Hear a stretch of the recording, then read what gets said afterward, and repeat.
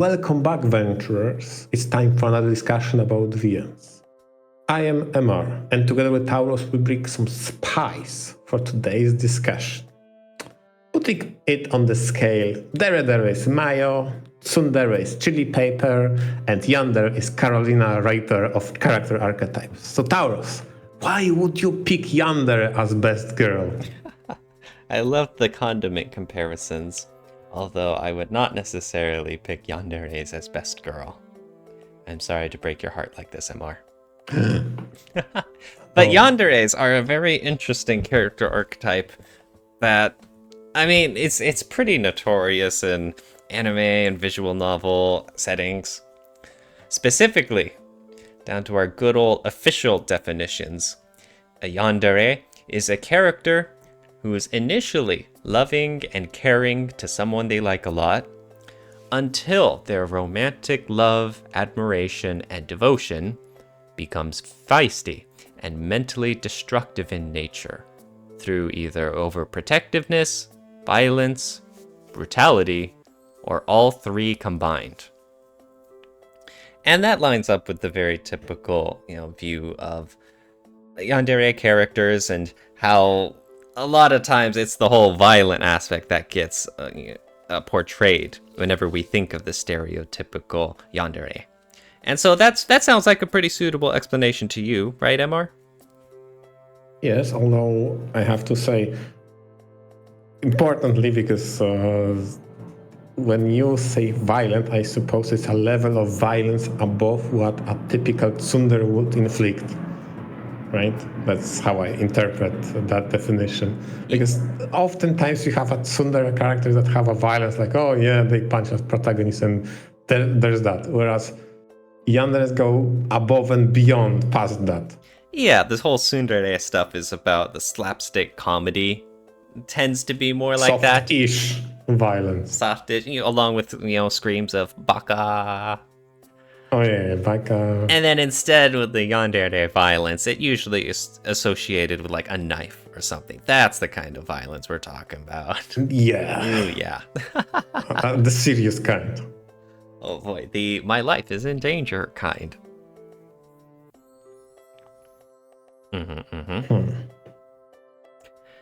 And so one interesting thing about yanderes is that, surprisingly, I think this can be played a lot of different ways.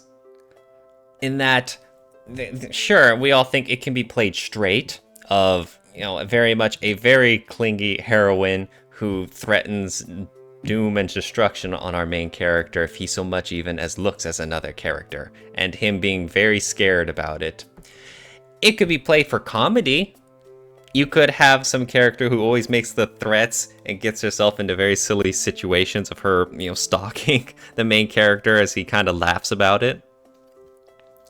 It's the sort of character archetype where it can be open at the start, where you have a character who makes her intentions clear right from the beginning that, oh, Mr. Main Character is my soulmate and nothing will ever come between us. Or it can be a spoiler for later in the story, where you have this character who looks normal, and it's only after going, halfway through her route that her true yandere colors are coming out. It's the sort of thing that can be taken seriously by all the other characters involved, or just a silly character quirk for everyone to sigh about and say, oh, that's just her being her. It could have some serious plot implications, especially with other characters get involved, or it could just be something hand-waved away and forgotten as we go down other routes with other characters. I think there's actually a surprising amount of variety involved of visual novels having yandere heroines or other characters involved, and I think there tend to be different titles that play about it different ways. In which case, I'm always kind of excited, or, in my limited experience, looking forward to seeing how they address it. Or if this yandere gets portrayed as a villain, or if she's just one of the heroines, or what impact this has on the story. I think there's, a lot of different variety. You know what? While you bring a good point with variety, I feel like, from my experience, I haven't seen that many Yanderes, and I feel like they are more popular in the anime than VNs, but again, maybe I have slight skew because I haven't experienced that many Yanderes, and honestly, the biggest density of Yanderes has to be, however funny it is to admit, in the Blaze Blue. Outside of that title, I feel like I've rarely found a Yandere that begins with that kind of trope. Rather, they either develop or fall into it at some point. This is the most common thing I've found. So, for example, I feel like one of the most infamous from its anime adaptation has to be the School Days bad ends, right? And School Days is quite notorious for having quite a lot of bad ends, but I wouldn't say that necessarily makes those characters Yanderes, but they fall into that. So I would say they can become Yandere or exhibit Yandere-like characteristics and behavior after a certain point in the story, or maybe something breaks them. In this case, Makoto being very neglectful or maybe egging them on without, for example, trying to string them along, not necessarily ending stuff with them, moving on to another character, and then there's some sort of tension. They have a mental breakdown and resolve to, okay, this kitchen knife is no longer only for cutting carrots. Let's go. I feel like that's probably the most common kind of Yanderes I've experienced in VNs, with School Days probably being the biggest example. What about you? Because again, I only have the, let's say, hidden Yanderes and probably the Blaze Blue as a funny counterexample. I actually don't have too much experience reading visual novels with Yanderes either. But I actually wanted to ask you about the School Days one, because is that one a Yandere example, or is it more of just, you know, I guess spoilers for anyone who still didn't know this about School Days and its most infamous aspects, but is it just the characters just snapping at the end and going on a murderous impulse? Because for a lot of the rest of School Days, you don't see much Yandere tendencies, right? Yes and no. Again, the game has plenty of branching options, and for you to claim for the rest of the part of the game, you don't see the tendency, how many percentages you need to exceed for those tendencies to become a pattern. 20%? 10? 5? In a 10-hour game? It's hard to quantify, right? I feel like out of two central heroines, that being in School Days, Sekai and Kotonoha, Kotonoha had way more of a stalkerish behavior. So once she opened up to someone, she was prone to, I don't want to say toxic attachment, but rather very possessive and very compulsive in making sure she knows where the protagonist is, tailing him on, etc., etc. Specifically on those routes when the protagonist was wishy-washy and bounced between those two characters, never ending decisively with either one of them. And you are correct, when those behaviors transpire is often how they fall into that. So for example, they were neglected by the protagonist, they still think they are with him, they have some sort of either a chance, or maybe they are active in a relationship, maybe they got neglected in the festival, which kind of meant a lot to them, and they are struggling, but they get either isolated from the protagonist or maybe bullied in school, because both of those things happened over the course of the story. And many different factors test the willpower until that character breaks. Does it mean she was more prone to that violent behavior? Maybe.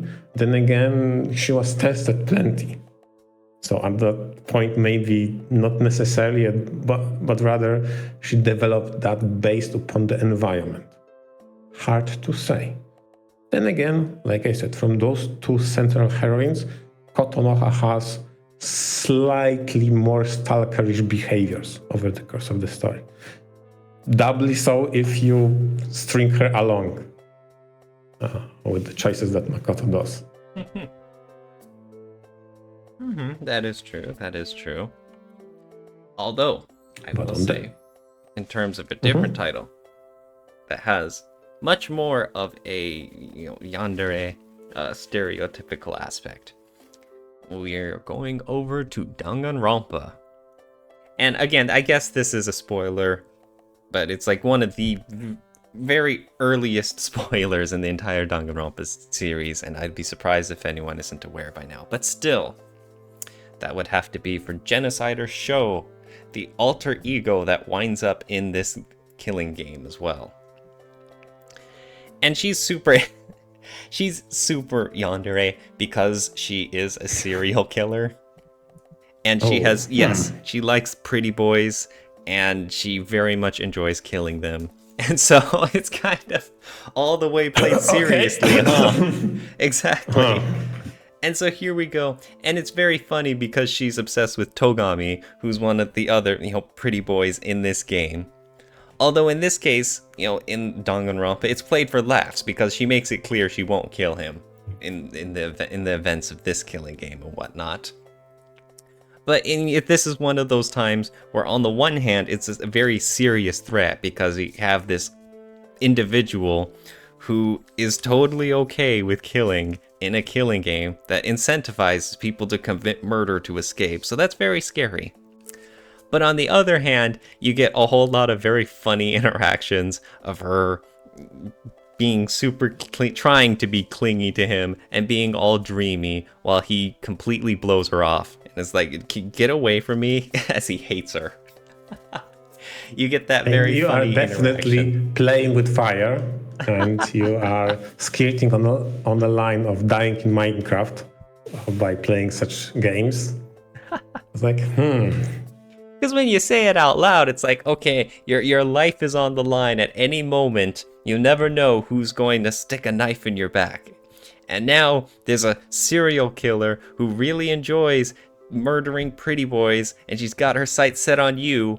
It's like when you lay it out like that, it really sounds like this is, oh my gosh, a very scary, almost like a horror situation. And yet, because of Danganronpa's vibes and just how the scenario is playing out here, it's more played for laughs. It almost comes across more or less silly instead. And like I said, that's a funny aspect of the whole yandere stuff. Like when you have school days, and it's very much tied into the plot. It's tied into how these characters feel through the events of this visual novel, and how it's in some sense they're being pushed into it and all of the repercussions that follow. And then here you are in Danganronpa, where at least a large part of it just doesn't seem connected to the plot at all. It's just for silly, normal slice of life antics of this crazy woman chasing down her target and Togami being all, leave me alone. It's two completely different cases of having a yandere in your story. I mean, fair enough. True. And I feel like when it comes to that kind of yandere development, School Days has a very interesting approach, and the one that I can reasonably see happening, because this is quite literally depiction of someone being played at until they kind of break. They are being tested relentlessly in a lot of cases. It doesn't help that the Kotonoha, the character that exhibits those stalkerish behaviors, oftentimes is isolated, which doesn't help those kind of obsessions, because she finally found someone who she believed she could trust, and now that kind of belief is tested. And in a morbid way, I vividly remember there is one of an ending in which you could reverse that kind of yandere development, but it still ends, instead of a homicide, with a suicide in Minecraft. So it is definitely something that plays in the seriousness of don't mess around with people, especially if they are impressionable. That's how school days depicts the yandere.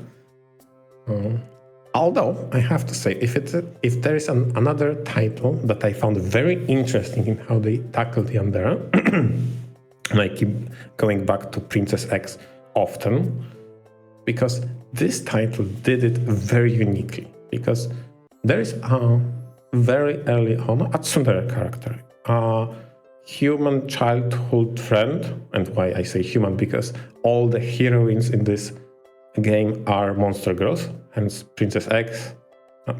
You have to pick a bride because of the arranged marriage between many candidates. Protagonists have to pick one with the monster girls. And there's your childhood friend that is kind of tsunderish towards you.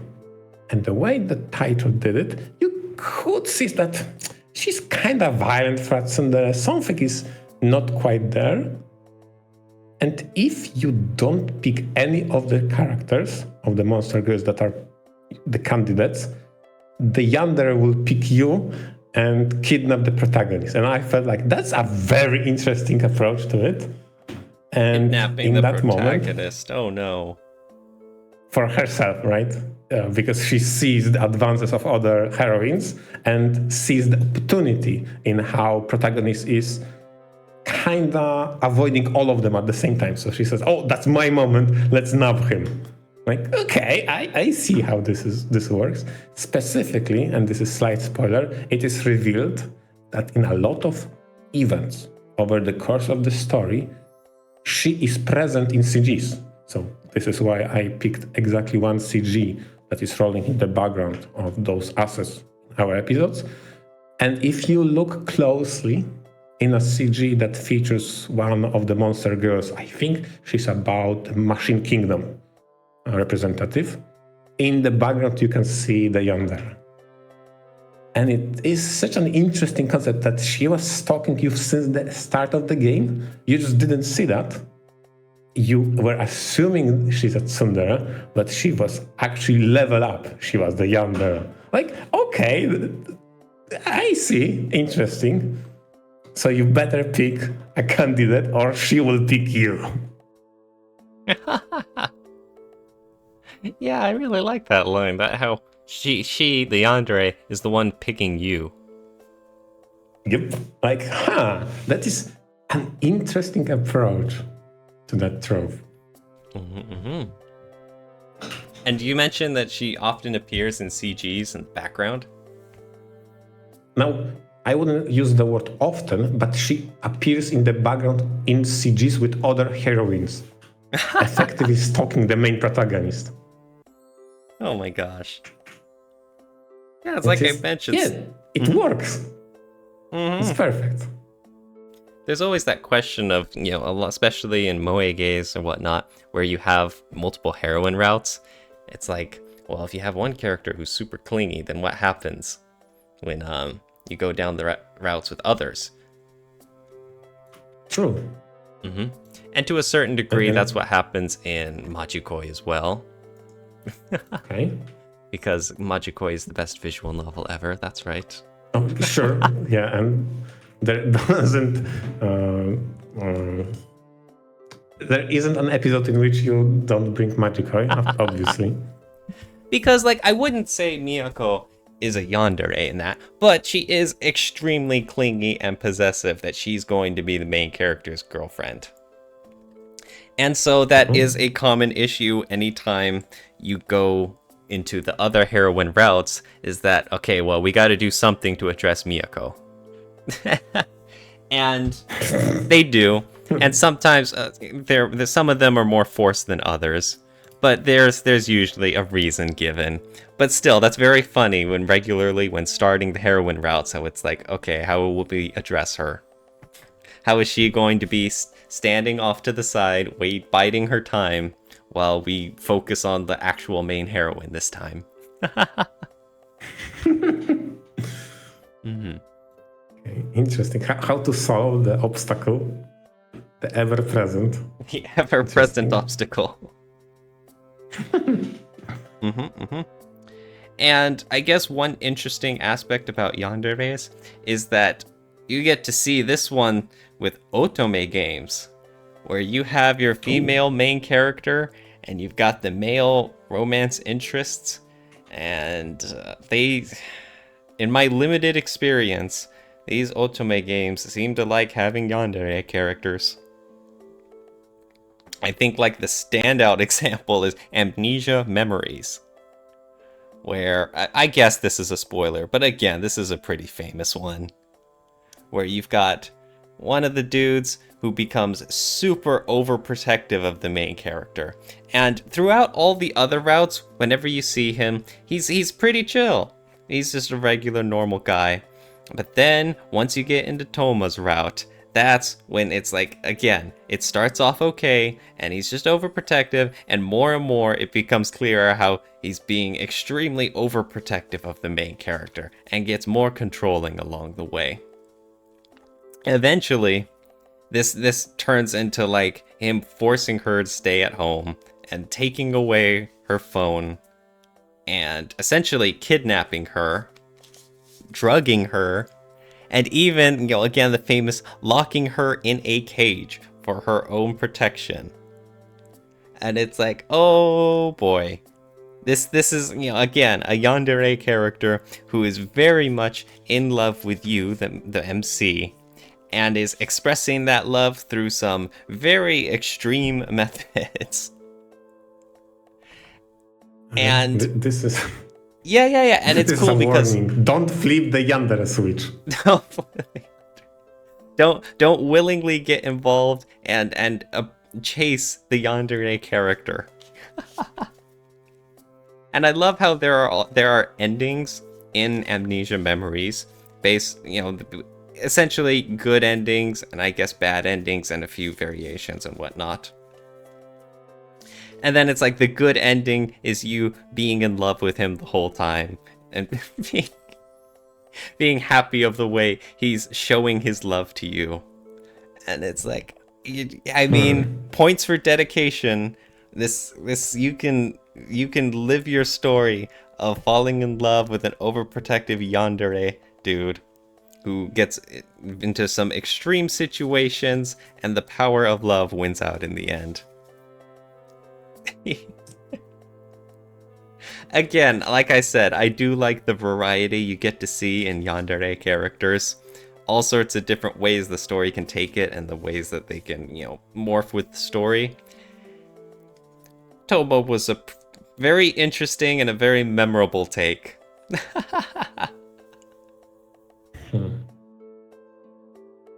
Well, definitely when it comes to a character that starts, you know how there's a famous "I can fix her," right? No. Blaze Blue starts with protagonist that states "I can break her," and that's the first encounter with a yandere and that type. So they definitely the main protagonist and the main yandere of that series. Although now that I say it, his brother is also a yandere, very much so. Okay, it's complicated. Listen, it's complicated. They have a very interesting, unique, peculiar family situation, and it is quite something how overly yanderish and openly hostile they are to each other. Both the brother to brother and the main protagonist were the main yandere girl that he meets. And it is, I think it is the only title that I see a yandere character be an openly yandere from the start. the more I think about it, the other kind of like I brought up with School Days, what I brought with Princess X, those are the characters that fall into that kind of behavior. Maybe archetype, maybe not. Depends on your definition, how you spin it. And one other example you brought up when we were preparing for this episode, you mentioned that according to VNDB, one of the characters from Venus Blood, Frontier, is labeled as a Yandere. And I try to remember. And yeah, that's true. This game is about corruption. Or at least this is one of the aspects of that game. And that particular character is a very much a royal, highest god of it all, Odin. But if you manage to break that character from her haughty demeanor, who is more of a Ojo-sama character, she becomes a very possessive Yandere out of nowhere. And in a funny way, in a funny twist of fate, the main protagonist gets his comeuppance because he was trying to break her mentally. Yeah, you broke her, now you live with the consequences. Now she's Yandere for you. How about that? So this is another interesting depiction of how those characters can fall into that archetype, not necessarily in this like completely no behavior whatsoever of a Yandere, but throughout exposure with a protagonist, yeah, he broke her, okay? And now must suffer the consequences. Yeah. This is what you've done. Now live with that. Well, in general, MR, how much do you like Yandere characters? Where would you rate them on like a scale of S tier down to like F tier? I think the more serious Yandere is, the closer she is to F. I think this is. Yeah. The more of this is a character with a fundamental behavioral problem, the lower she is on the bracket. Although I give exception probably to Princess X because that was done really nicely. And even hilarious, more hilarious than that, in the fan disc in Princess X, they gave her the opportunity to become a tiger girl thing, something, and she could redeem herself like, okay, now I'm a monster girl, I can be normal. Like, okay, I laughed at that really hard. Okay. But the more serious it's played, probably the lower in ranking, honestly. Ouch. And so I guess you could say the more that it's taken, lightheartedly and more for comedy, the more you do, the more you're, I guess, willing to accept Yandere characters. How high can we go in your optimal setting? I feel like getting your just desserts probably ranks the highest, so probably Odin. But then again, I like that character regardless that she ranks the highest. But the hilarity factor that, it's on you. It's not her fault. It's yours. That makes it so much funnier in my eyes. Like, you got what you deserve. So your ideal plotline is like someone deservedly getting a woman scorned on his ass. You get a sentence of Yandere for your misdeeds. Oh gosh, okay. You get sentenced by dealing with the Yandere, okay? Oh gosh. Probably. And then how high would that go? Well, where would you rank it? Oh my god, Jesus Christ. What? Yeah, I'm like, how much? Is this just like some little salvation? Or is this like, oh, this is peak, this would be funny? I think, on average, I rate very highly redemption arcs. So, inversely, Yanderes that you deserved also are high. Then, on the same sentence, I think the characters that have a Yandere tendency but can be redeemed or maybe have a change of heart also would fall high. And I said so before when we spoke about School Days on a previous episode, how high I rate the anti-bad ends. those endings in which Makoto in the last minute can save the situation and stop the yandere transformation of the main girl. Right? Yeah, Okay. I like those arcs. Those arcs were really well written. I feel like that just goes completely against a yandere character. How it's like, oh, well, Yeah, it's something happened that made her this way, and it's more of just a vengeance story Yes. instead of a character And it- who loves another who is and it just tracks, expressing it and it through like tracks, super overprotectiveness instead. That's fine, and it tracks with my opinion. The more serious the yandere, the lower she is. So that means the more treatable the yandere, and or the more you are the reason she became yandere, the higher that is. It tracks. The more natural the yandere, the lower on the tier list. And that's All I right. don't know. Okay. I guess I could see. I don't feel like fighting for killer girls. I like my peace of quiet. There's a reason I like Kuderas the most. Okay. All right. As for me, I think I would put them in C tier. I'm not really a fan either because of the whole, like you said, it's like I'd prefer to keep all of the blood within my body. Thank you very much. And with a yandere character, it's like, okay, there's that very real threat, even if it's played for comedy. But on the other hand, Exactly. like I mentioned, there's still all the variety involved. I do like seeing where the story goes with this kind of character because there's so many different directions to take. I want to see how the story handles it. Yeah, exactly. And like you said, variety is interesting. Definitely, on average, the depictions of yandere is more varied, for example, than tsunderes that are, let's say, more common to each other than the yanderes. But I like to have the ability to decide when I donate blood. Okay, I actually value that quite a lot. Okay, yeah. Then, on that note, I wonder what all our listeners think about yanderes and where they would rate them on a scale between like S or F tier. Because there's a lot of different interesting ways to take it, so I am interested to see, or if people's personal tastes just differ from ours. Well, this is the moment in which I encourage commenting your favorite yanderes. And in a way, I gotta say, I'm sickened by curious.